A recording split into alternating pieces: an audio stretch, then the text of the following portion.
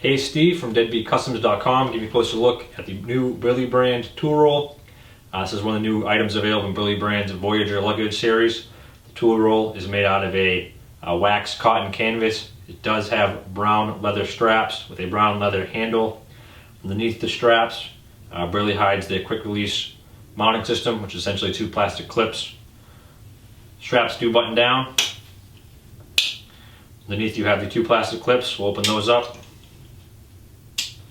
You also have a Burly Brand logo embossed on the brown leather trim.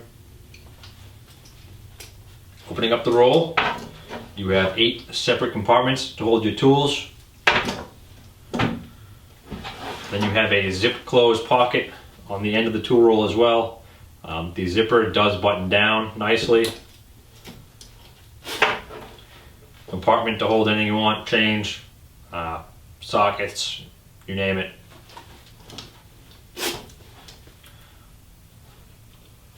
Button that down, close the tool roll, fold it up.